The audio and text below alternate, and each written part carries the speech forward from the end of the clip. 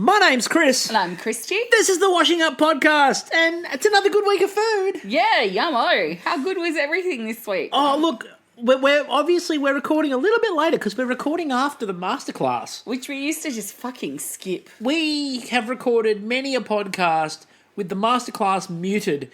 And by the way, it's the best way to watch anything with George Columbaris is muted. Or just not at all. No, but if you have to watch something with George Columbaris, may I suggest muting it? Yeah, that's far too much Columbaris talk. Exactly. So move on to happier, brighter Because things. what we actually had tonight with the masterclass was a masterclass that was worth hanging around for. Yeah. And that was fun. Let's just start with it, shall we? We're going to start with the Let's masterclass. start So we'll start with the masterclass because it's the most recent thing. It gives us time to remember things. Yeah, exactly. So the masterclass tonight, what I really loved about it was the way that, and it ties into something we're going to talk about when we get to the mystery box. Both Jock and Andy said at the time they wouldn't really know what to do with Melissa's mystery box properly. Yeah. Which speaks to something we'll talk about a bit later about representation. But Jock then goes, all right, so I watched you all suffer through it, so I'm going to have a go. Yep. And he said straight up, I would not cook with any of this. No. However, one thing I've picked up is that your next gadget is going to be a lathe. Oh, God, yeah. And I think a lot of people are now ordering a lathe online, and we're going to see a lot of lathed foods. And mainly because Jock Zonfrillo continuously said the word lathe. Oh, actually, it'd be lathe. And Twitter lost its collective mind Oh, my. at the way Jock Zonfrillo says the word lathe. The Scottish accent is really lovely. And, fans of Outlander get this. You're a big fan of the Scottish accent. I am, and men in kilts. Women in kilts. People in kilts. Just kilts in general. And Scottish accents, really, so... Yeah, we did the deep dive through my family heritage and tartans the other night, which I'm like, you know how much a kilt costs? And she's like, and? I'm like, it's a good investment. You could still get a kilt made, and we'll see. But overall, like as a masterclass, first of all, what Jock came up with, oh my God, there's a reason why Jock Zonfrillo is one of the greatest chefs in Australia. Absolutely. I like the, he's like, okay, you guys have all been using hibachis, but you haven't been using hibachis the way I use hibachis. Oh my God. Was Rose going to die? What can make this hibachi even more dangerous? I don't know. A heat gun. Now what's going to make that even more dangerous? Giving it to Rose. And the way that everyone's like, ooh, and then they're watching Rose and they're going from ooh to Rose. And she's like, what? And then she's like, you gave it to me. You picked me. Just imagining the producers off in the corner going, who would be the most sensible person to give the heat? Oh, Rose. Rose is a sensible person. Let's give it to her. And then while she's spraying, and I like the idea that the producers off in the corner going, what's our fire insurance?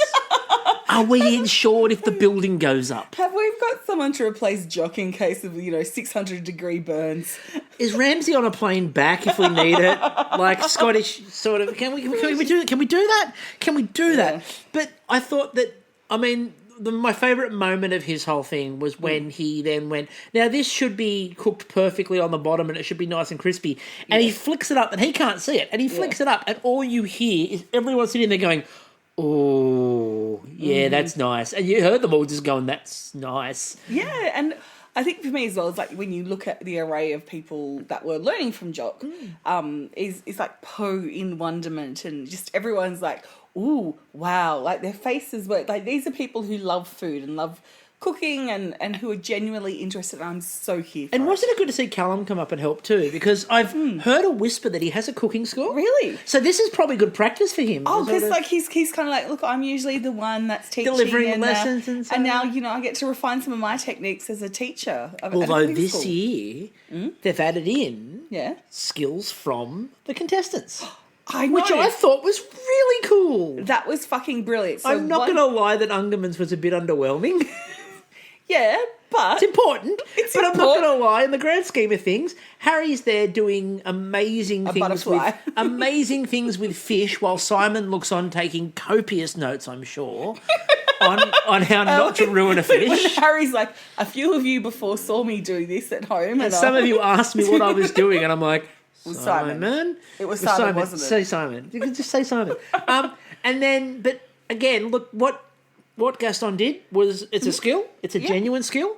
But in the comparison issue, if you're comparing, what do you do? It's like Milhouse coming up after the bigger brothers, where Bart's bigger brother has a ray gun that shoots somebody and shoots Martin, and Martin's there twitching on the ground. And then Milhouse gets up and goes, I have a horsey. Nay. Nay. Now, Someone at the back yelling out, what? and I think for me, what I'm loving is learning that pin boning isn't the only way to go about deboning a fish. But surely all we've heard on Masterchef for years is pin boning. I know.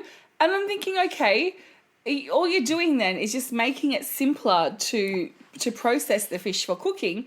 And in a real chef's kitchen, I presume that pin bone stuff would just go into a stock, so it's not actually being wasted. No. And as Jock kept saying, you don't bother about pin boning, you just, V-cut it. And I'm still getting my head around that terminology, but you V-cut it and there we go. We just pull it out and there, okay. Your Jocks on Fellow impression is coming along amazingly well. I can't wait to the end of this series. I really hope, and if you happen to listen to this, I don't know how, but Jock, if you happen to listen to this and want to come on the podcast, feel free, because I just want to hear this impression develop over time. Kristie hears you, Kristie don't care. There's a great moment for anyone who's ever watched 8 out of 10 Cat Stars Countdown. There's a great moment with Greg Davies doing an impression of former boxer Chris Eubank. And then they bring Chris Eubank out and get him to do he does the impression in front of Chris Eubank, and that's what I want from Kristie and Jock. So anyway, and it was good to see what Melissa did. And I like when she went, who here likes XO sauce, and everyone's hand goes up. Yes. Who wants to try, and everyone's hand goes up. Yeah. And those noodles that he was making were just, God, yeah, what was that chef's name? He's worked at Long Rice. I had it and I lost it, and now because you brought up what was his name again, and I was going to skate past it, I look like a moron. No. So I can't remember what his name was. Anyway, sorry, I just figured I missed it. So well, while you do that, Andy then also doing his, and how some of the laughing wasn't going on, especially when Andy used the phrase, was talking about pickles. And he was talking about bathing it in what he called pickle liquor. And how certain individuals who shall remain nameless did not chuckle at pickle liquor. I will never know. I'll never understand how you didn't Why you chuckle talk at that. about pickle liquor? So we're going to move on. Yep. And if you work that out in the middle of whatever we're doing, just shout it out at me. All right. So let's go on. So okay. Let's go back to this week, because we have to go back to Tuesday. And trust me, at one point tonight I looked at Kristie and went, hey, what happened on Tuesday? Because as we know, in this time, in this world, Tuesday is ostensibly 3/4 of the year ago. Tuesday's a state of mind. So on Tuesday, we can't quite remember what went on. It feels like it was so long on Tuesday. You know what did happen on Tuesday? What? Not this bad song? Well, not this bad song, but the other thing that did happen on Tuesday was the Washing Up Twitter account lit up. Yes. With people confirming the existence of Shrinky Dinks. Yes, they are real. And I have seen more and learned more about a Shrinky Dink in the space of 3 days than I have in my entire life. I just feel really bad for you that in your life, you, like, as a child, you missed out on Shrinky Dinks. Like, you claim Clearly, to be Mum, a I was deprived, wasn't I? Sorry, Glenda, but you really did. Like you may have showered him with love and care and attention and all the basic necessities of life and more. But you missed the Shrinky Dink craft. Like, how do you do that? You've seen me paint. You've seen me draw. She probably went, nah, this is not happening. He will probably blow up the kitchen. Probably. So what we got was a double-barreled pressure test. And for elimination, I forgot this was the elimination round. So the elimination challenge, we had the double barrel. So we had the 5 there for the first round of it. And then in the second round, obviously, it was the 3 bottom contestants who had to then do it. Yeah. And the pressure test was a Jacques Zonfrillo pressure test. And what I really appreciated about the pressure test was the first round wasn't one dish and then the second round was another dish. It was 3 smaller dishes, all of which on their own you go, you can do that. But you had to get 3 dishes done in the time and timed to perfection. And you had to work out when to cook what. Now, we saw this was a bit of a problem for example, Gaston had a massive problem when it came to the prawns. Yeah. In terms of just they were undercooked because he couldn't time it. And at one point, Jock's there telling him about the cooking, prawns and he's like, "No, get your prawn on, get your prawn on."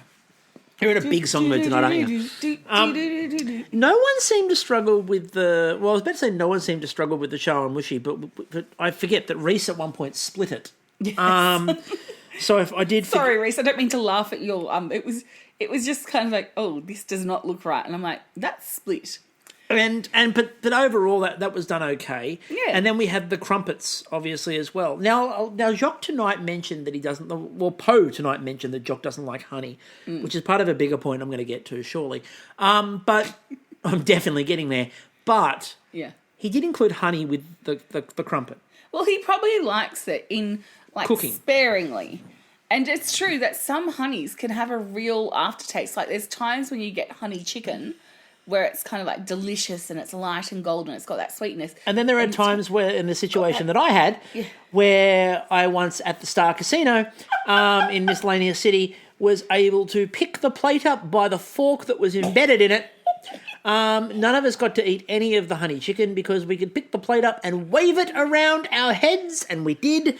It was upside down. We were circling the table with this plate with all the honey chicken and the fork just stuck in it, and we could not budge it for love nor money. The good news is that the maintenance crew at the Star City Casino, anytime anything just has a crack in it, they just wander up to the kitchen, grab themselves some of the honey sauce, blocks it up, filler it. Blocks it up. That's one of many nights I had at the Star, my favourite of which being my friend who was not drunk, not even vaguely intoxicated, but because he didn't drink his beer fast enough, got 26 security guards to escort him out. Oh, typical. And we're all looking at, there are nights where this person was carrying 6 beers in his jacket pockets and nothing happened to him. And the one night he's sitting there sober as a judge, just very slowly drinking a beer, and they just circle him and go, "Sir, you need to leave. We think you've had enough." And he's like, what? One.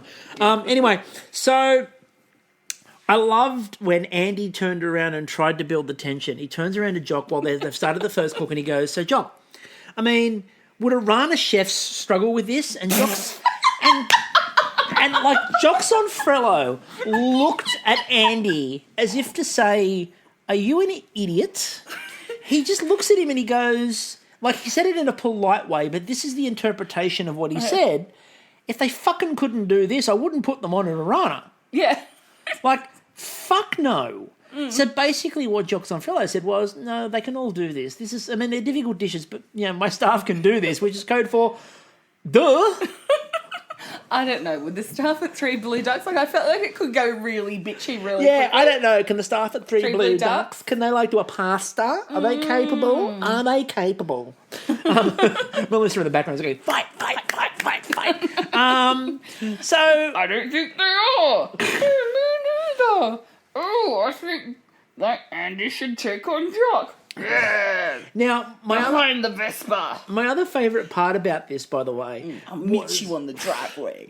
My other favourite part about this, by the way, was under the prawns. It's starting to... Stop West Side Storying this. So, the Adelaide chefs did. It's the Jocks versus the Ducks. The Jocks and Ducks. It's going to be a rumble tonight. It certainly is. A kitchen-based rumble. That's right. So... Okay. I also love that under the prawns, it was nice to see Jocks on Fellow helping out other businesses too by going to Lush and getting, like, bath bombs to place under the prawns. I'm sure that's what that was. I didn't understand what that was. I just assumed it was bath bomb. It was from a nut from the tree, the fat tree. Tree of Life, that's a different shop. No. I wanted to say the Balbo tree, but Balbo is the goddess that's a big vagina that talks and makes Demeter laugh. It's the one from the desert. You know, the one that's got the big... It's There's a few of them in our local botanic gardens, and the shape, they look pregnant. And don't leave me hanging. Balbo, Ballabo, Bonobo. Help me, Buchanan.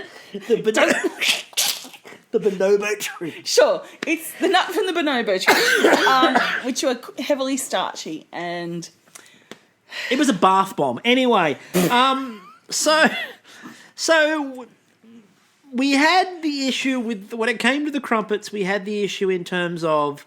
Bunya nut. There we go. Was it a bunya nut? Was it a... It is now. So we had the issue with the crumpets in terms of people kept burning the crumpets.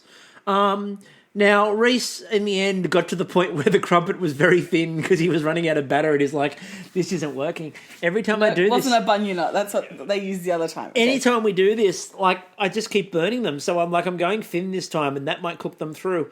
I think Gaston was one of the only ones who actually managed to get the bubbles in his croissant. Now... We then get to the reason why. Obviously, we said Gaston ended up being in the bottom three because of his undercooked prawns. However, Reese and Courtney both committed a cardinal restaurant sin. Poop shoot. Oh, you leave the poop shoot. It's not just a Martin Malloy album.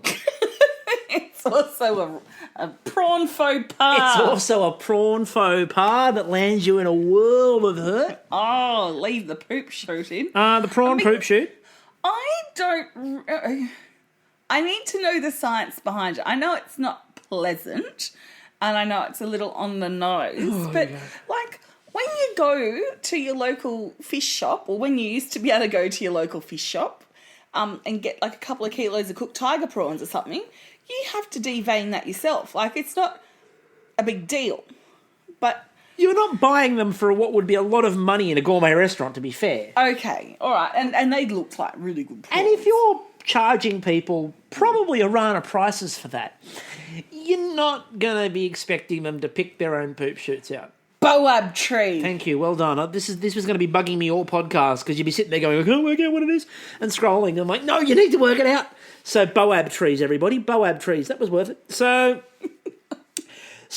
obviously then the removal of the poop shoot became, and Twitter became, well, why can't you leave your poop shoot in there, or why do you have to take it out? And look, personally, I don't really care if I'm just eating prawns, but like if I'm getting it in a restaurant and that sort of thing, you don't want the gristly texture to fuck the prawn up. Yeah. So I get why that's a bit of a problem, and obviously they know by now, again, as I keep pointing out to people whenever they sort of complain about the small finicky things they're judging on, one, that means the food's really good. Yeah. If they can pick the small thing and that's it. Two, and far more importantly, this is basically an all-stars series. And these are people that are working somewhat, in most cases, professionally, who have come back. They should know. Yeah, and I'm all for it because this is when you know you're watching people at their best, producing good stuff, and it's a joy to behold because they're not going, oh, this person's had a disaster in the kitchen, so they're going home. It's more like, that was really delicious, but you left a poop shoot in, so we have to send you home. It's the smallest, it's, comparing the best against the best. And we need to mention as well, so Ben, Reese and Courtney ended up in the bottom. Yep. We do have to mention too that first of all, Chris had close to the cook of his series so far. Jesus Christ, He Chris. was on fire with that. And but the thing was too, what I think we found really fascinating, but what I found fascinating about Chris was when he went up for the judging, it's the first time he's looked happy all series. Yeah. And they sort of said to him, he goes, I enjoyed that. That was fun. He goes, I don't think I'll be making crumpets again, but that was fun. Yeah. And the other one, of course, was Laura. Now... Okay. I'm going to do this now because it's going to come up time and time again. All right, Everybody, conspiracy theorists of Twitter. Those that have, taken time out of believing that coronavirus is being spread on 5G waves. Those people as a government way to get us all vaccinated so we have tiny robots in our bodies that we can be controlled by. Okay, so... Actual theories, not me making that up. No, go to the town of Mullumbimby. Anyway... So, all right. Go back to smoking pot. Okay, so, rant coming. Okay. Conspiracy theorists of Twitter. Can I first ask a simple question, which is why are you angry about the connection between Laura and Jock, but you are not angry at the connection between Andy and Ben? Subconscious gender bias. Thank you. I was going to say that, but thank you for getting that through. I legitimately think that when we talk about favouritism in Masterchef, there's a couple of things at play here. The first thing that is genuinely at play is you are, as an audience, we are very used to there being very clear and obvious bias because it was well documented the previous judges had horrendously bad bias. Yep. And they were open about the level of bias they had, and everyone who's left the show has talked about the level of bias they had, right? So you're looking automatically for it. Now, I have had copious discussions, conversations, arguments, rants in the last 3 days of people telling me that Laura should have gone home the other day. I don't know why people can't. Obviously, one person told me that the pasta dish that she made resembled 2-minute noodles. And I did ask them if they knew the original Italian classical dish. And they went, no, and to be honest, I can't remember it and I don't really care. Mustn't have been that memorable a dish. And I'm like, well, if you don't understand the food she's making in the first place, you can't judge the quality of the content of it. Yeah. So I've spoken to a lot of people in the last few days. A lot of people. Some happy to be named, others off the record. But what I have heard consistently is a couple of things. First of all, Laura's biggest advantage in there is not Jocks on Frello. Laura's biggest advantage in there is, and Mandy Hall tweeted this out last night, since the age of 19 when she left Masterchef, she has worked her ass off in some of the best kitchens on earth and has worked tirelessly to the point where she now runs her own pasta bar and in the middle of South Australia, which is very successful. I With looked her at the lovely menu husband, and Max. looks amazing. And look at the pasta tonight. And even people who have been criticising her looked at the pasta tonight and went, "Okay, that's really good." Right? The quality of her food is outstanding. Her biggest benefit in that competition is not Jock as a judge. Her biggest benefit is she is a very hard-working chef who's been doing this professionally since 19 and has learned so much technique. And if you just watch the technique, you understand why they rave about her food, right? Yeah. Her technique's amazing, right?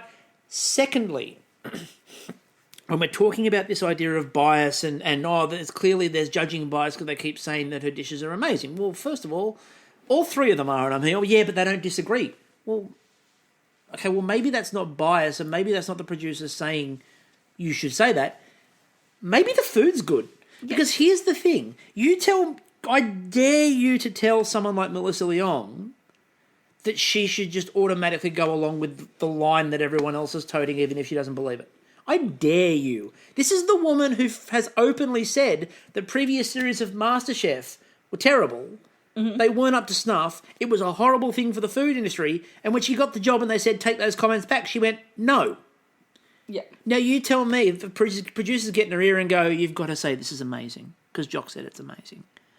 I don't think that's happening.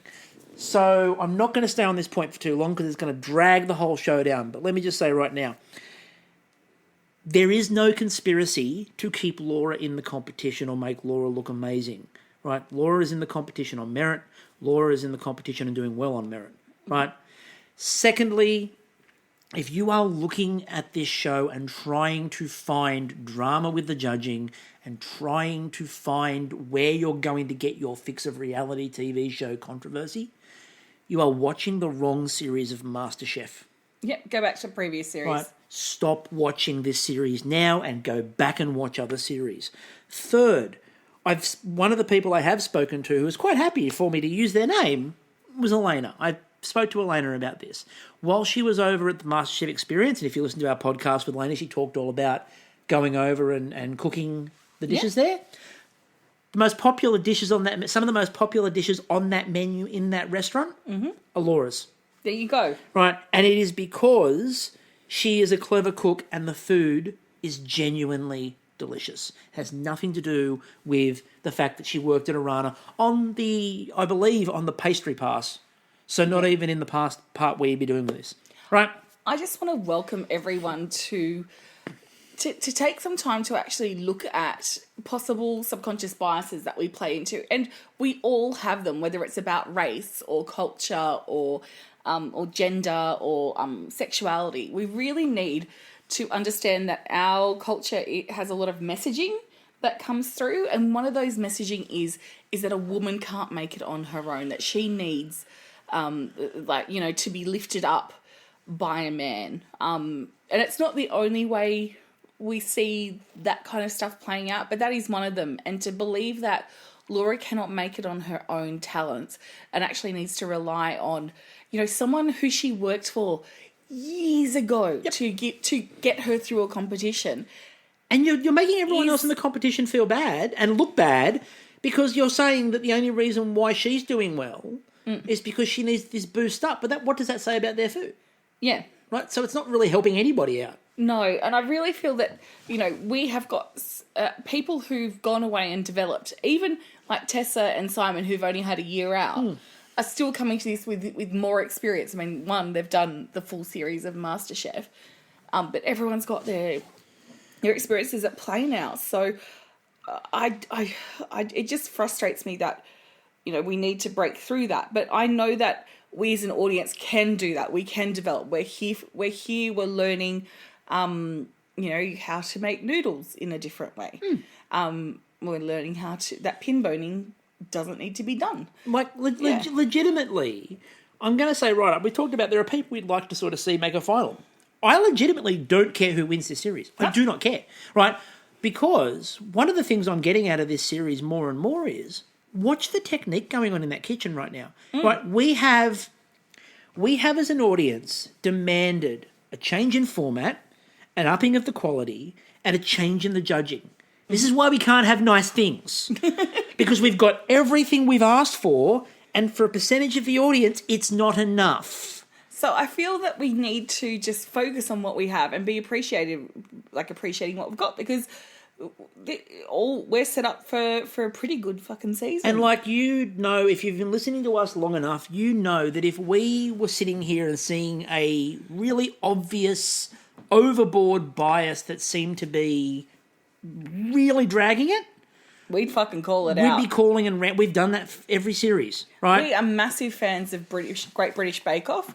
Were we impressed with last season? No. No. Did we say that? Yes. Did we talk about last year's MasterChef and call out openly issues where we found consistent, obvious bias? Yeah, we did. Have we done it in previous series? Yes. Does it look like it's here right now? No. Look, again, people are commenting on this one. People are far more forgiving of Andy and Ben. People are far more forgiving of all. Remember, there's a bunch of connections in there. If you're all just learning of these connections now, that's not meaning there's a conspiracy and it's hidden. It's been out there. Just take a lesson from Jock tonight when he revealed to us his struggles with pepper. Oh, God. White pepper versus black pepper. We'll come to the white and black pepper when we get there. Let's finish off because we've got to we've got to prepare to say goodbye. Do we? Not that's us. right. Not us. We're early. I'm like, that was fucking quick. Bullshit. It's two fucking nights we haven't done yet. All right. Round 2 was the kohlrabi salad and the damper with the lamb butter. Yup. Lamb butter. Twitter melted like lamb butter at this idea. I am now coming up with things I can put lamb butter on. Toast. Everything. Bagels. Just everything. My face. Yeah, I'm happy to do that. Just lamb butter. Or a spoon. It's like you do with Nutella or Milo. I can't be the only one that just likes a good spoon of Milo. I know it's dry and very messy to eat it that way. I mean, I like a good bottle of lamb butter, so we're all sweet. So the kohlrabi salad, and I've seen the kohlrabi salad before. It's very dainty. It's very pretty. It seems like a complete and utter waste of time. But it's pretty. Yeah. And I admired Courtney when everything was going wrong, where she just turned around and went, "I'm going to roll them in there. It can't be that hard to do it." Shit, Courtney.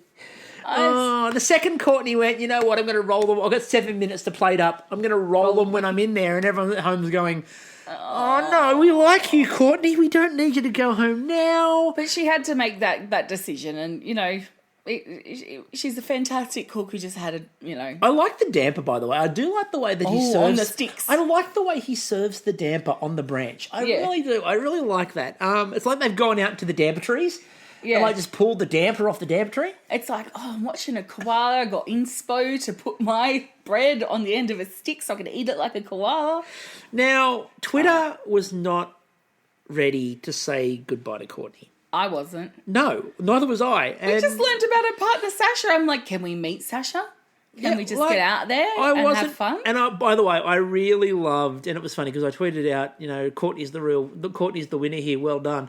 And everyone went, that's bad timing. And I went, no, you didn't get what I was saying she was the winner for. She was the winner for when she walked over to Andy, of course, with their connection, grabs him by the shoulders and goes, you were supposed to hate me. You were my friend.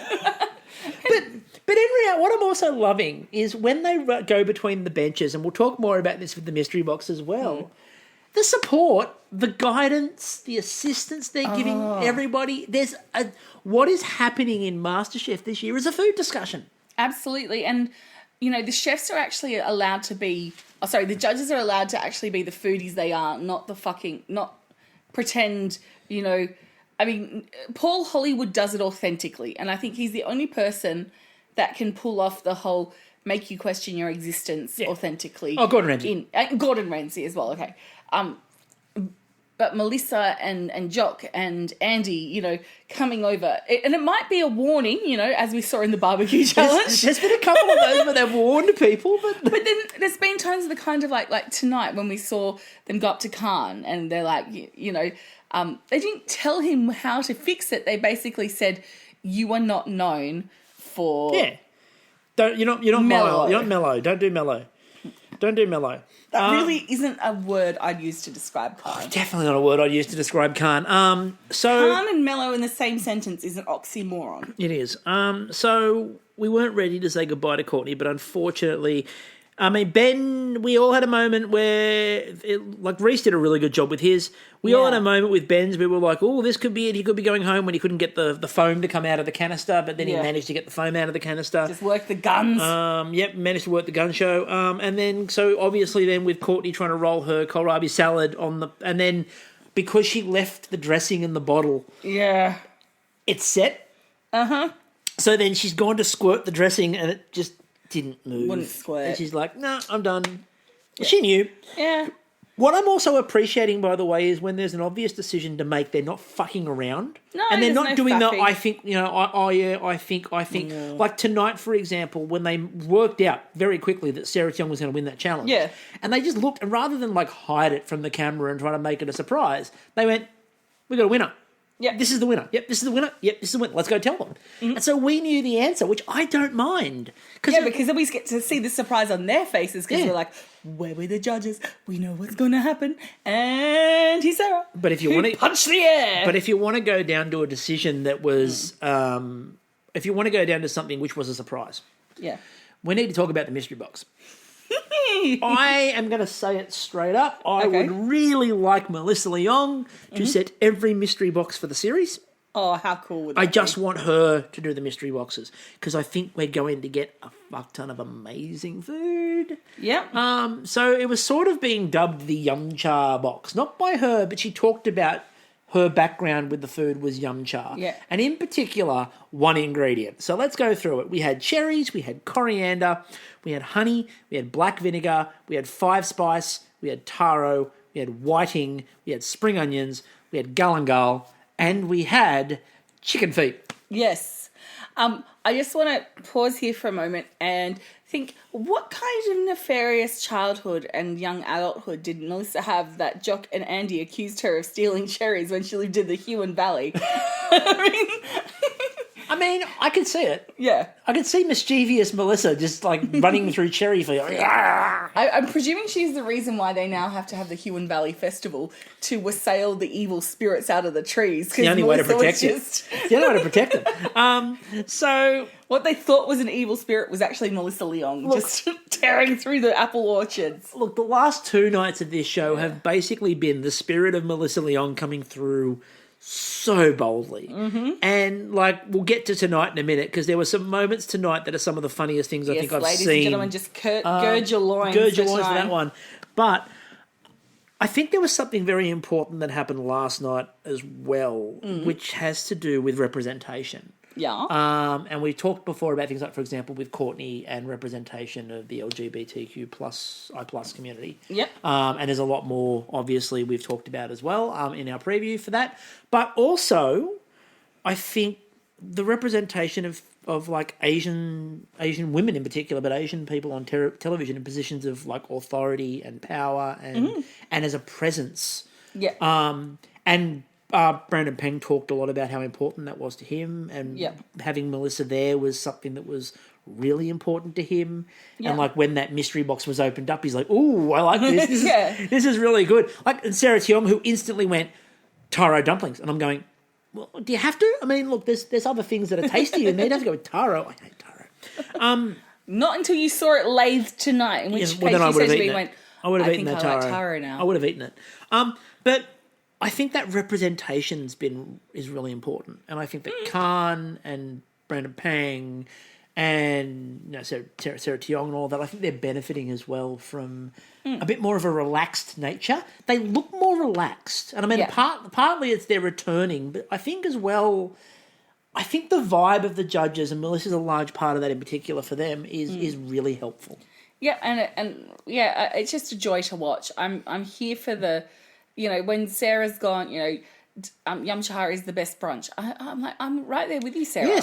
Yes. I grew up, majority of my youth, I grew up in Ultimo in Miscellaneous City, which is, right near Sydney's Chinatown. And I went to a little primary school there, Ultimo Primary School. He's the song we call our own, Ultimo. Anyway, it's a whole song. I can do it for you later. And we had Chinese language classes, but also cooking classes. So I just adored Mr. Chu, who would teach us how to make fried rice and teach us about the festivals and like very specific. Like he was sharing his culture with us. Can I also just say right now, I'm really appreciative of Mr. Chu because you make amazing fried rice. I do. And I remember being like 10 years old and going to my mum, I want to make wontons. And mum's like, what? And my mum's like so white until she hit like the city. And so I dragged her down to an Asian grocery store down in Chinatown. Oh, it's nice. And she's like, okay, what do you need? And I was teaching her. I'm like, I need these wonton wrappers. I need this, I need that. And it was like opening up things that were unfamiliar. So for me, I find Asian food, like particularly Chinese food and Thai food, more my kind of bag when it comes to cooking than I do like European food, which is your bag. And I guess, like Yum Cha as brunch is, I'm still learning about the traditions that go behind it, and I'm still okay. I know I can see the look on your face, and you can tell that story in a second.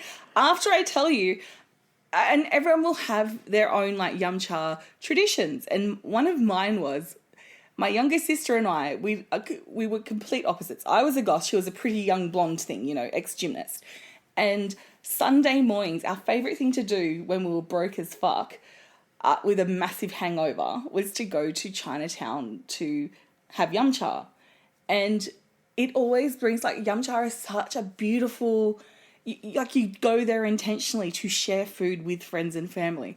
And so that is a strong, so I'm going to cry because I just miss my sister so much right now. Sorry, everyone. I know we're all missing our friends and family, but... this is the thing, is that Yum Cha is the best brunch. It's good for hangovers. It's good for birthday parties. And I love it too because my birthday's around Lunar New Year. So you get the best Yum Cha. Go to the best Yum Cha. And yeah, like this year I celebrated a friend of mine who I've known since I moved to Ultimo, her 40th birthday at Yum Cha. And now you can tell our date story. Well, I've told the story before, but it begs repeating at this point in time, because Chris at one point talked about the idea of chicken's feet are a way to a woman's heart. And Chris, I can counter that. No, Chris. Chicken's feet are not the way to the woman's heart. The way to a woman's heart is tripe that resembles noodles. Especially when they get the plate and they're like, I want those noodles. And you look and go, those noodles? And they're like, those noodles. And you make a split-second decision in your mind, which is, do you tell them that that's tripe, or do you let them figure it out for themselves? And being the gentleman that I am, and being the kind-hearted soul that I am, Kristie needed to learn a lesson, and she learnt it. Look, we all know I have massive brain farts. We have heard them on this podcast time and time again. And here I was on our second fancy date, at Yumcha, and it was like something that we both waxed lyrical about how much we love. And I saw, and I know in part of my head's going, that's tripe, Kristie. That is so tripe. And the other part of my head's like, no, that's fucking noodles. And I'm so glad I did it, because then I now like tripe in that context. So, Do you really? yeah, in that context. In the context of that date story. Anyway, Yes.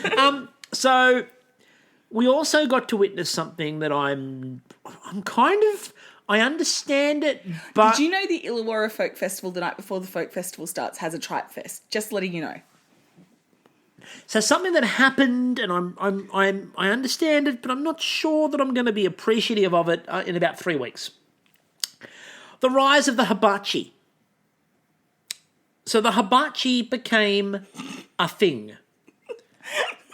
Hibachi's are cool, okay? Never to end, apparently, because Masterchef 2020, hibachi's all the time. Just Hibachi's all hibachi rule. all the time. hibachi's rule. Look, Like O'Doyle. the hibachi, bringing the hibachi in and using the hibachis for everything. I'm kind of, I understand that. I mean, and you made a point tonight while we were watching it, and I was ranting about hibachis. And your point, I think, that you raised was a decent one as to why they might be using them. Yeah, it's upskilling us. Here's another kitchen tool we wouldn't have had growing up. And it's not only, making them seem commonplace, but tonight we got Jock going, you want to take your hibachi to 1,000%, get yourself a paint heat gun. He had a white flame going. I'm not lying. He had a white flame going. But I am really worried about the amount of fucking house fires they're going to be. Instead of the old chip, you've left the chip boiling. oh my goodness, the chops. It's going to be. Oh my goodness, the hibachi. hibachi. But my big concern about the hibachis is that, fine, okay, this week, yeah. If in 3 weeks' time we've used a hibachi in every second challenge, You don't want them to become the panna cotta of the season. no, is that we don't. right? We don't need it to be a blast chiller. We don't need it to be, we don't need the same. They should be using different things. So, right, okay, you've used the hibachi again tonight, and they used it a lot again tonight. But it gets you a flavour. Rest it for Gets you crispy fucking octopus ends. so many, Amina, I'm so there many with you. other things do that though, and we don't need this season to be just a hibachi. And I'm worried that they're going to do that, and that would get very boring very fast if we're waiting for them to heat the coals up while they use the hibachi. If to grill that's things. all you're worried about, then it's a darn good season already. 100% it is. But that's what I'm saying. I'm worried about the hibachis. You need to look at your hibachi bias and question your obvious conscious. It's like Jock. I think now he's expressed his thing with pepper. He needs to now come to terms with honey. Just. Do you want me to agree with the hibachi And then thing? chicken feet ice cream. Go on. Agree with that. Agree with that. Agree with that. How can I agree with that? I'm not going to agree with that because I'm supposed to be opposite you. This isn't in the 90s, and this isn't battle of the sexes. Fucking well hope not. More importantly, what the fuck? Because we got promised chicken feet ice cream, and then we've got a chicken feet caramel. Yeah. That is a cop-out and a half. You just swirl it through the ice cream bin, then it would have been a chicken feet ice cream. And then you could have put it out in a nice chicken mould. Look, the concept actually... Or an egg. Look, the concept... And you can say, what came first, the chicken feet or the egg? Look, the concept of... No, all I've got in my head is anyone who ever watched Garfield and Friends, awesome, the egg. Yes! With the feet. Oh my God. Could have made one. That's how he could have served up the ice cream. 100%. But far more importantly than that, the concept itself, though, when they're talking about this idea of this amazing concept of a chicken feet caramel, it's not that amazing a concept. Animal fat in a caramel, Well, it's not unusual. Well, I kept being told when I worked at McDonald's that the thick shakes are solidified with pig fat. Yeah, pig fat. And I'm like, okay, well, they taste good. I don't really Fat care. Fat adds flavour. Right, and chicken feet, the texture and stuff It was all like that. collagen we learnt tonight. You can just inject that shit into your lips, The texture of that... People at Yumcha ordering chicken feet just to do a quick chop off on their beef. See, that's the point, though, is I'm that... not looking now. I don't think I've got dumps in my lips now.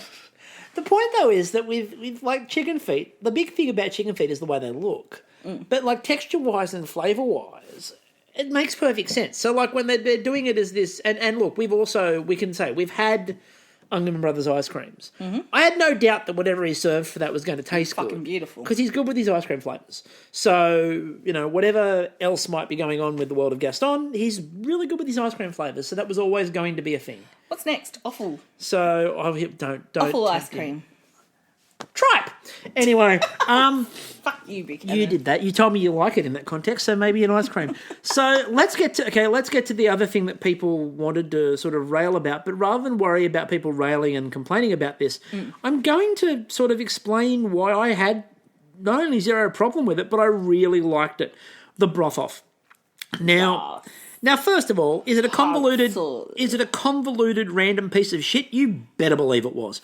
But there was actually a really good purpose to the broth off that I think a lot of people missed.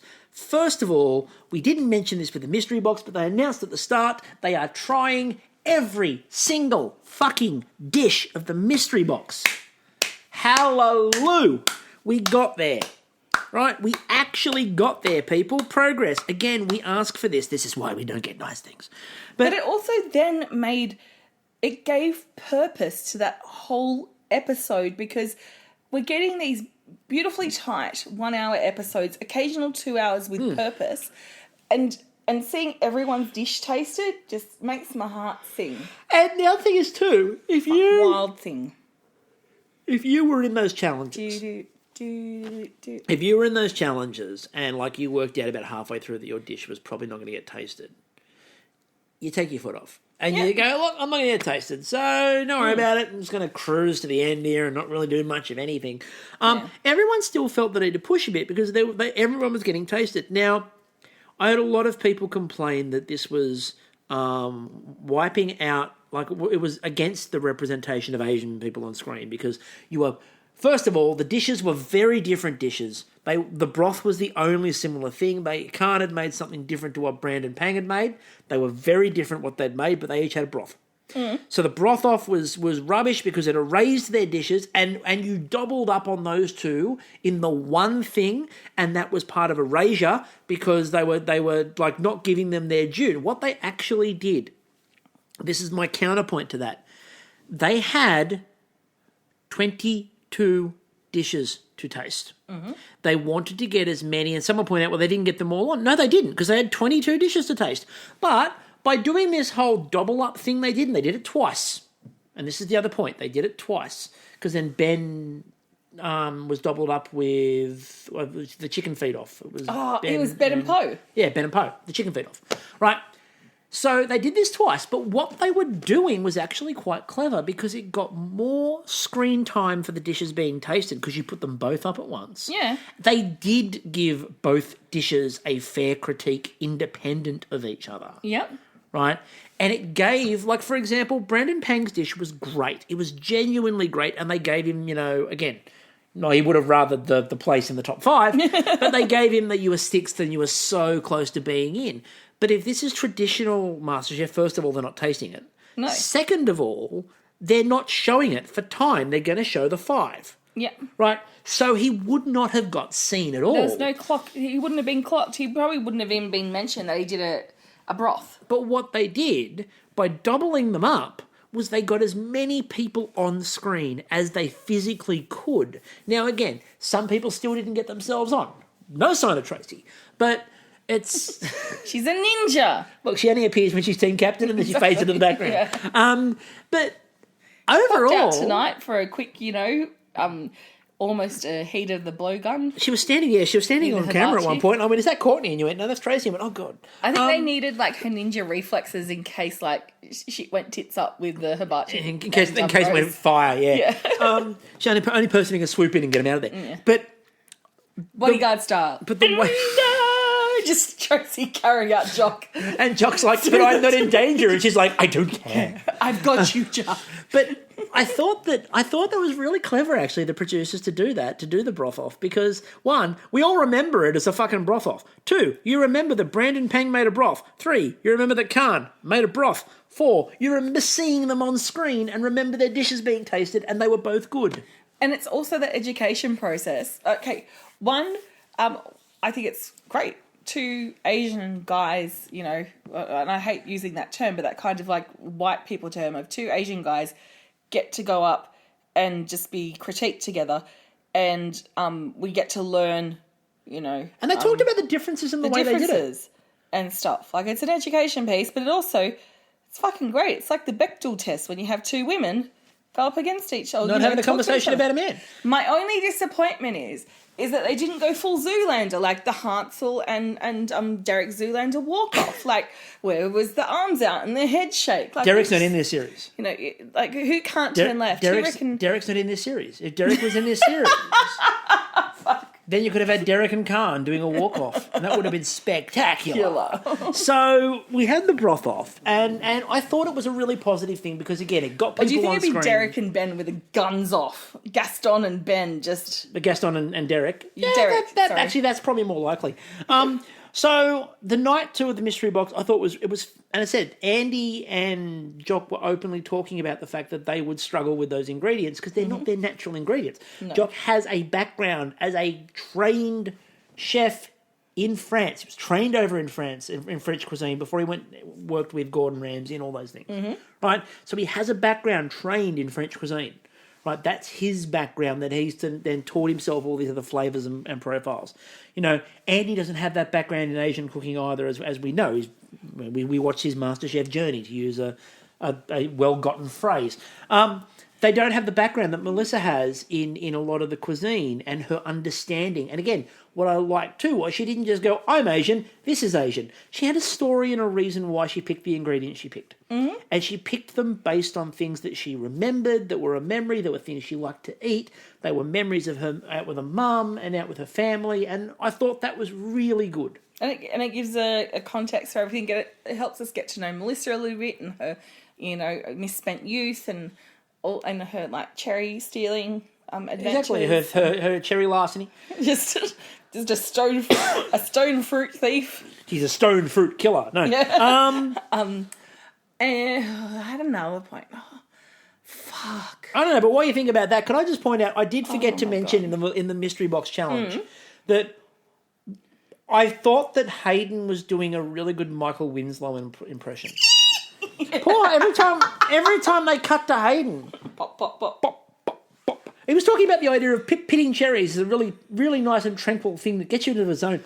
Pop, pop, pop, pop, pop, pop. And then he cut back to him for something else, and it wasn't the cherries, and you're still going pop, pop, pop. He's like Michael Winslow, but he's only got the one. Yeah, only one sound effect. He hasn't mastered the rest of them. Is either he was Michael Winslow, or something inside him was slowly breaking, and we might need to get a doctor. I remember what I wanted to say. I was totally here for Poe's feet. Like, they looked juicy as fuck. Poe's chicken feet. Yeah. Like, I'm not a foot for fetishist. those people out there who think Kristie might have just turned to foot fetishism, no, chicken feet. She wasn't saying that Poe's actual feet were juicy as fuck. Maybe they are. Maybe, you know, I have juicy as fuck feet. They're like. Can I also point out at this point with the phrase juicy as fuck, I made fried chicken last night. Yeah, you did. That was juicy as fuck too. Now, the other thing I want to mention before we move on was Simon decided, of course, that he was going to, with his chicken feet, he was going to do the puree, and then he talked about the idea of, I thought about making a jelly. It might go, he was doing his jelly, but I'm worried that it might go over with chicken feet soup, and nobody wants that because that doesn't sound delicious at all. And I'm like, for a start, Simon, of all the places to draw the line, chicken feet soup is the deliciousness bar you draw. Secondly, as many people on Twitter pointed out, isn't that just a broth? Yeah. And we literally just had a broth off. You know what? He didn't want to be part of the broth off. Ain't nobody got time for that. He's like, I am not entering that broth off. There are two broth masters over there, and I'm just going to stand back here and not be a broth bro. And the other thing I really enjoyed as well is Jock Zonfrillo has again mastered the art of standing back and eating and just eating. And Andy and Melissa are really Waxing earnestly waxing lyrical about food. And Jock's in the background going, this is good. Yeah, I agree with everything they just said. Every single thing that they just said, I agree with. The other thing before we move, we will move on to tonight's challenge now. But the last thing I will say about last night's challenge was when they got Simon up with his jelly and all that, and they went, "Have you tasted this?" And Simon just goes, "No." Give it a bell. Here we Might go. work. Just splatter Melissa in foam. Might work. Might not work. Who knows? Mini food foam party. Oh, that'd be cool. Hey, like take. Okay, remember how Heston had the whole you walk through the mist and experience that? Like, what about a food foam party where, like, just different flavoured foams come out as you're having a dance party? And when one of the canisters doesn't work, Ben Ungerman unscrews it and just, like, starts raking it out with his arms. All right, so tonight we had, obviously, then we went to the Name That Ingredient Challenge. Mm-hmm. I like these. I'm always a fan of this one. Taste I test. thought the way they did this tonight, by the way, was really clever. Yeah. Where the three of them had a cloche. You didn't know what was under Or it. if you're Melissa, cloche. Cloche? Is it cloche or cloche? Who knows? It's cloche. But I love the way Maybe that's the South Australian pronunciation. Maybe the cloche was the friends we made along the way. Is it Anyway, dance or dance? so you had to line up behind the judge whose dish you wanted to then guess the ingredients of. So what I loved about Whose cloche you wanted to get into. Yeah, so what I loved about it was, so there was a bit of strategy going on. Laura goes to Jocks, and immediately I'm like, oh, fuck, don't do that. Twitter's going to go nuts, and the Illuminati will be confirmed. Those tinfoil hats will be, like, sparking. Oh, there, I could hear the tinfoil hats going off. But to be honest with you, it makes a lot of sense as well, because besides the fact she worked at a runner, it just makes sense because of the three of them, she's probably going to... The style of cooking that he's into is more of her style of food anyway, so that makes more sense. Although, as he pointed out, he could have done haggis. And as I was... sheep intestine. And a certain other Ben from last season pointed out, at one point, we were talking about that, and he goes, well, Jock could pull out all sorts of weird shit. You literally don't know what that man might produce. He could have produced any dish. Mm-hmm. Like, it wouldn't have been a shock regardless of what was under there, and it could have fucked you over completely. Yep. It really could have. Khan lines up behind Andy lined up behind Andy at one point, and then with Ben, and then he makes a last second decision and goes running over to Melissa. So you had Melissa, had Sarah and Khan. You had Laura Laura was over with Jock. And Ungerman was over with... Reynolds. And with Reynolds over with Andy. So they've lined up to get the dishes. They take the cloches off, and it was just hilarious because Laura, first of all, was really happy, but then didn't quite get all the things right. Mm-hmm. I've never seen anyone happier when a cloche was removed than Sarah Tiong, who might have been the happiest person on the planet. And Khan was fist pumping. Khan is going, yeah! And they're both going, so pleased we did this, because Melissa had a pie. And they were totes there for Melissa's pie. Because it was a rendang pie. And it was like, that's really fucking cool. And then over at Andy's bench, the biggest conversation they had was fish or chicken. And as Twitter pointed out, Gaston got really confused by this. It wasn't ice cream based. No, it wasn't ice cream based. He was thoroughly thrown. And it doesn't look like he's a curry guy. Like, you either are or you aren't. And it just doesn't look like he is. Which is weird because his family's background's Indonesian. Now, what I liked about this challenge was, I said there were 24 ingredients of each of them.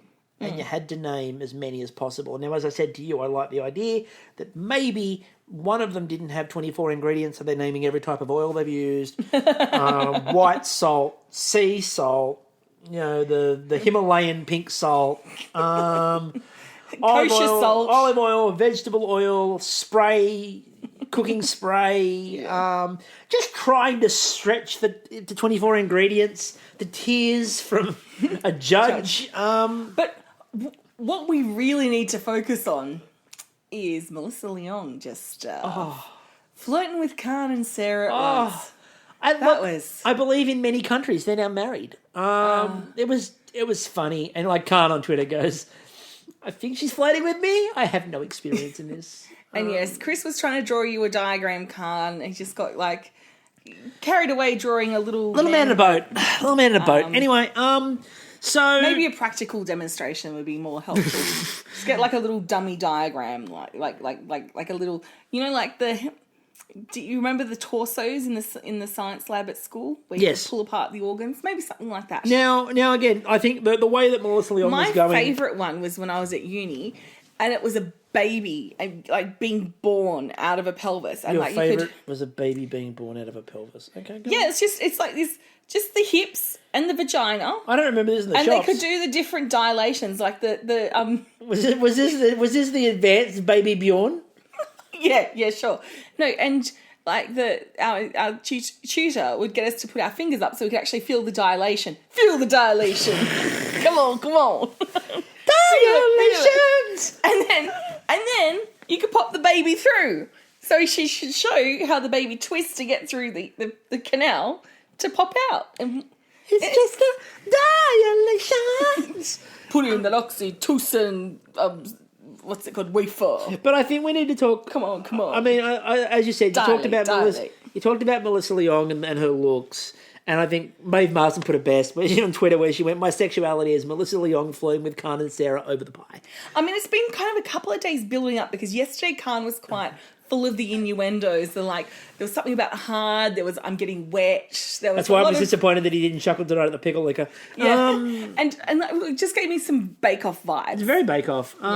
Very Bake Off. Now, they then had to go and cook with the ingredients for the time. Now, again, the person who got the most right got to the longest amount of time. Now, I do want to talk about this because I actually, and a couple of people on Twitter commented, I think this is something they need to fix.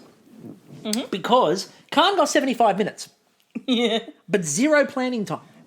Yes. And Ben, who got 40 minutes or 45 minutes, had all that time to plan the dish. And the others got an extra 10 minutes to plan the dish. So perhaps what it could have looked like, pop them in the fridge, pop them in the pantry like they've done with the chefs in the past. Give everyone. Oh no, you need to give Khan time to plan a dish before the challenge starts. Or because Khan did what you would expect Khan to do, which is stood in the middle of the kitchen looking thoroughly confused and twisting in a circle. Or very Khan-like.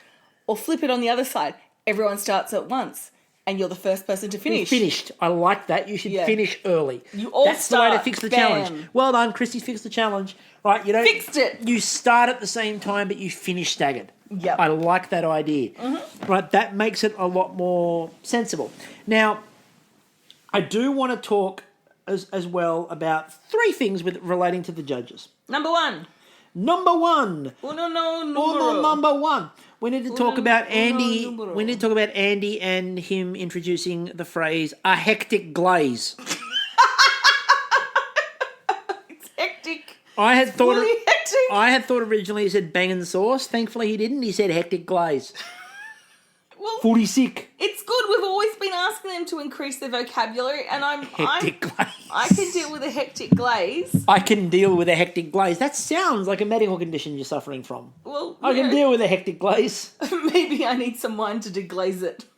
Get it? Possibly. They're not really related, but they are. Secondly, Because there's the word glaze, and we're inferring that I have a glaze, probably attached to my pubic region, in which case I need something to deglaze it, and we know that wine is used to deglaze pans, so why not a pubic region? secondly, let's talk about the judges and the judges being everybody. Hello, Mr. So the challenge starts.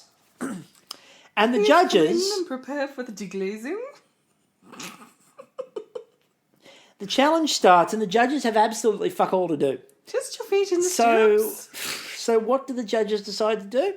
Well, the judges decided to be every person. They're there. There's food. There's prosciutto. There's prosciutto. there's Cheese? it was pancetta actually. Pancetta, There's sorry. pancetta, there's cheese, there's crackers, there's fruit. So what do they decide to do? Make themselves a platter while they're standing there. So there's Melissa Leong feeding cheese and crackers. Here you go, boys. And you're like, oh, thank you. Then they're standing there with the pancetta, just slicing pancetta thinly and passing it around while they're just eating while they're judging. It's like slice the That's the pancetta, judges. some of that, and then that got rudely interrupted by Laura wanting to actually use it. And you like, could just see Jock look so disgusted with her. And then she wanted all the cheese. And Andy's like, I'll bring that over to the table for you and cut it over there. Because they were more upset about losing their food. So the moral to the story is the producers now need to pop in just some additional tasting munchies. plate. Just a Tasting plate. The third, so that was the second thing. The third thing was Jacques Enfrillo and the pepper crisis. Yes. So this is a man deeply scarred by pepper, and his conversations around bringing pepper and allowing black pepper back into his life. I know. He grew up with it. This is the thing. Like, he had many happy memories of black pepper. And then it was a no, you don't. And that was the French. That was the French who got that out of him. And then, obviously, after that, he goes, like, and then that was where Melissa goes, and then you allow black pepper back into your life. You know, you let black pepper back into your life. And he went, well, no, actually, I didn't let black pepper. I gave it a sort of seat on the side. Like, he wasn't prepared to bring it fully back in. He put it in its place. It's like, he's still too deeply scarred. I don't get it. Like for me, I thought black pepper was the shiz. Well, that's but that's because most people are sort of grown up with. Because you have your normal white pepper in the normal salt and pepper shaker. It's like, you can get that in your sacks of plastic, but the black pepper, ooh, you had to like get the proper like pepper cracker. Have you heard of the English language? No. I just want to ask you. I mean, I'm not sure if you know the English language, but it's useful in podcasting. You needed a pepper grinder. You know, it was fancy. Well done. Speaking of fancy, Yeah. can I just say that I've decided at this point in time that Reese and Laura desperately required a wine show. Oh, please. That was hilarious when they're like, what have you got there, love? We got a bit of a cab sat? Yeah, got a bit of a cab? Oh, got a cab. A bit of savvy bee. Savvy bees. No, a bit it's of savvy sue. Savvy C. Oh, it's savvy, not savvy B. It's a savvy C. I would nice, different. I would love those two to just go around wine tasting, but they've just got to use that accent. Yep. The whole time. Not allowed to stray. It's got to be that all the time. Savvy B, savvy C. We're here in the Barossa Valley. It's nice. It's unique and it's different. And then we got to watch, as I said, it was interesting because in the first challenge, Gaston basically goes, I'm not really a curry guy when he's tasting the curry. Then, by the time the last challenge came around, he was making a sambal curry and he was very curry-oriented and Indonesian. It was interesting the speed at which he suddenly went from being not a curry guy to a very curry guy. Really quick. It was really quick progression. But I thought the food tonight was absolutely outstanding. I thought that the pasta that Laura made, the technique on it was incredible. That was beautiful to watch. But far more importantly, Sarah Tiong. Now, what she made looked horrible. Like a poop on a plate. But the judges' faces the second they took the first bite, if anybody was doubting who was winning that challenge, look at their faces. Yep. Right. And the judges let you know straight up who was winning that challenge. Yep. Khan, the problem for Khan, unfortunately, was they said he got a bit Went confused. too fancy. Well, he didn't. He dialed it back. That was the problem. He didn't go went out. mellow. He went mellow, not out. But he deconstructed a curry. He did. He really did. But I thought that the food quality tonight in that episode was genuinely of the high. Like, Reynolds barely got a mention. And what Reynolds made looked really good. But he barely got a mention. That gives you an idea of the standard the food's at currently. Right? So they're at a very high level. And that's where we're going to be at when we look at, obviously, then Sunday night when somebody goes, which is going to suck. But when somebody goes home on Sunday night, like, I think the thing that we all need to take out of this as well, we always say when we talk about Bake Off or Masterchef, the hallmark of a really good show is when people are going home because someone just did better than them on the day. Yep, or just a tiny little error. Yeah, not they didn't fuck it up and lose it. Just everyone else did really well and yours was slightly under where theirs was. Yep. But it's still not bad food, right? And I get the feeling that what we're going to see again, that'll be it. There's going to be a lot of that this year. Like even, they said with Courtney when she went home the other night, they said even though she'd missed a bunch of elements, there are things she did that were really good. Absolutely. But it was just that the whole dish wasn't there. Yeah. Right? So that brings us to the end of a very long week of MasterChef. It's been a long... It's trust me, Twitter's been a time. Twitter has been a time. There's a few things we need to shout out before we finish up, obviously. So first of all, Ben Pobji, we retweet out his recaps. You need to go and check out his MasterChef recaps. Everyone who... I get a lot of the tweets. I get tweets off the back of the podcast and people are going... And I'm like, oh, look, there'll be praise for the... No, they're all praise for Ben's article because it's that good. So Ben's articles are amazing, so please keep checking those out. I want to encourage everyone to head over to mamajos.com, mamajos.com.au. Our dear friend and friend of the podcast, Jo Kendry, also, MasterChef alumni, she's one of those people that's been affected in with all the lockdowns and the hospitality industry. In the hospitality industry. And it doesn't look like she's going to be able to even get that JobKeeper payment. So if, you're in a position to, check out her spice range. There's some really good fucking shit. The butter chicken's really nice too. Oh, so good stuff. And, as we're in lockdown, if we want to MasterChef it up... It's the best way to do it. And again, just go out there. The other thing I would suggest to you is go and check out all of the different food. At this point in time, go check out Food Instagram. It's amazing quality at the moment. There's some really good stuff. Also, if you haven't found it, go and find Harry and Courtney in particular did a recreation of the opening credits of MasterChef as they should be done. And I need you to find that video. It is incredible. Yeah. It does feature Courtney doing a level off of a glass of red wine and Harry with some full bananas, including in their skins, in a pan as he looks at the camera. It is genius. It is brilliant. Please go and check all that out. Maybe that's what we can start, is out what would our MasterChef opening be? And do that on Insta. We did, if you remember the other year, I did the one where I did my own opening where we popped the Pringles container. Yeah. Do your own MasterChef credits, folks. Hashtag MC opening. And before we finish up, just quickly, really quickly before we go, because I know it's a long episode and I know you've hung in there for a lot, and well done, everyone. Give yourselves a pat on the back. It should be MC credits. But what we need to actually do quickly is... Yuzu. Was Yuzu in there? Well, no, I didn't see it. Melissa jumps with excitement all week. The Vespa, they did that all week, including tonight before the masterclass. Contestant attempts a dish they'd tried in a prior series. I thought we saw that at least once. I'm sure somebody did a version of their dish that they'd done previously. Probably. Yep. Doing this for my family and kids. No. For a nonna, we saw Chris talk about his grandma. Yeah, that counts. Yeah. Sphere. No. Ice cream. Well, fuck yeah. Someone mentions an upcoming project or an existing business that they have. No. I'm not too sure. I heard a rumour that Callum's got his own cooking school. Where'd you that? Wrong. And I could be in serious trouble. We heard that a couple of times this week. All right. Next week, I will guarantee you Hibachi's will be on that list. I will guarantee it for you. Also, there was a sneaky parfait this week. It was. Yeah, don't want another fucking one. Do not. As I said when the parfait got brought up, first of all, how dare you? So, right, that's the end of this. Obviously, go and check out a bunch of stuff on the Instagram. Go and check out, obviously, the podcast. We're listening to this one now, but if you haven't heard the other ones, go back and listen to those.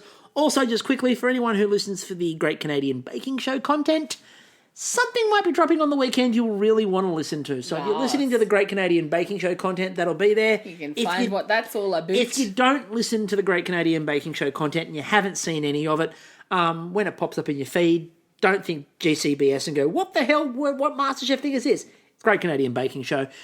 But it might be an interesting listen for everyone. I'll just put it that way. So that'll be out on the weekend. There'll be something new there, obviously. We are back on Monday night, as always. Until next time, I'm still Chris. And I'm still Kristie. We'll catch you all later. Here's a school we call our own, Ultimo, Ultimo. It's a home away from home, Ultimo, Ultimo. Right in the city of Sydney, we know where thousands of different people come and go. It's a great place to be. So come along and see Ultimo, Ultimo, Ultimo.